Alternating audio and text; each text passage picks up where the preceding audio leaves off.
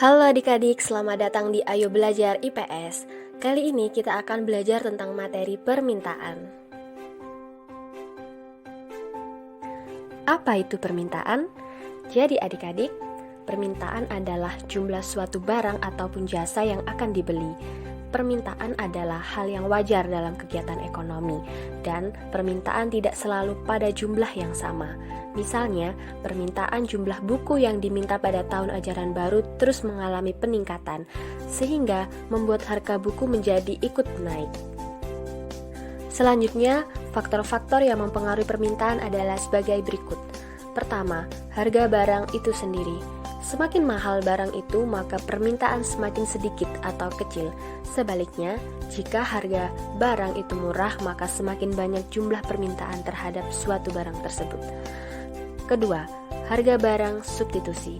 Apabila harga salah satu barang substitusi mengalami kenaikan harga, maka hal tersebut mempengaruhi bertambahnya jumlah permintaan barang yang lain.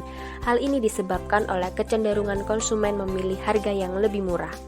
Ketiga, harga barang komplementer. Harga terhadap suatu barang mengalami kenaikan atau penurunan yang sejalan dengan perubahan permintaan yang dilengkapinya. Keempat, penghasilan konsumen. Apabila penghasilan konsumen tinggi, maka jumlah permintaan mereka akan ikut naik. Sebaliknya, jika penghasilan rendah, maka permintaan juga ikut rendah. Kelima, intensitas kebutuhan, yaitu kebutuhan konsumen akan suatu barang tinggi atau mendesak.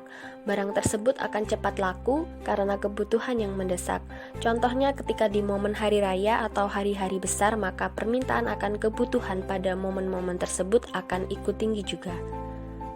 Keenam, selera konsumen. Jika selera konsumen akan suatu barang tinggi atau mendesak terhadap barang, maka permintaan akan barang tersebut juga ikut naik.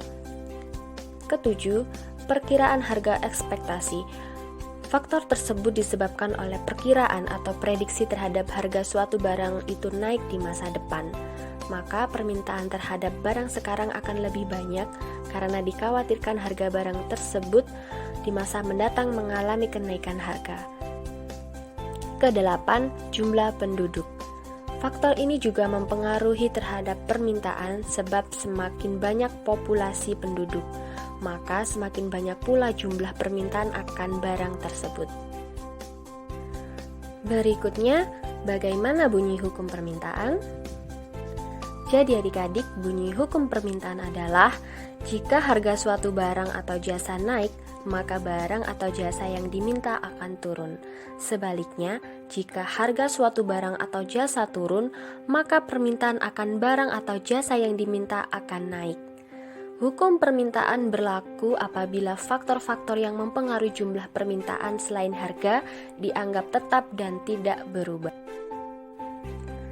Baik adik-adik, sekian pemaparan materi permintaan kali ini. Semoga adik-adik bisa memahami dan video kali ini semoga bermanfaat untuk kalian semua. Terima kasih dan sampai jumpa.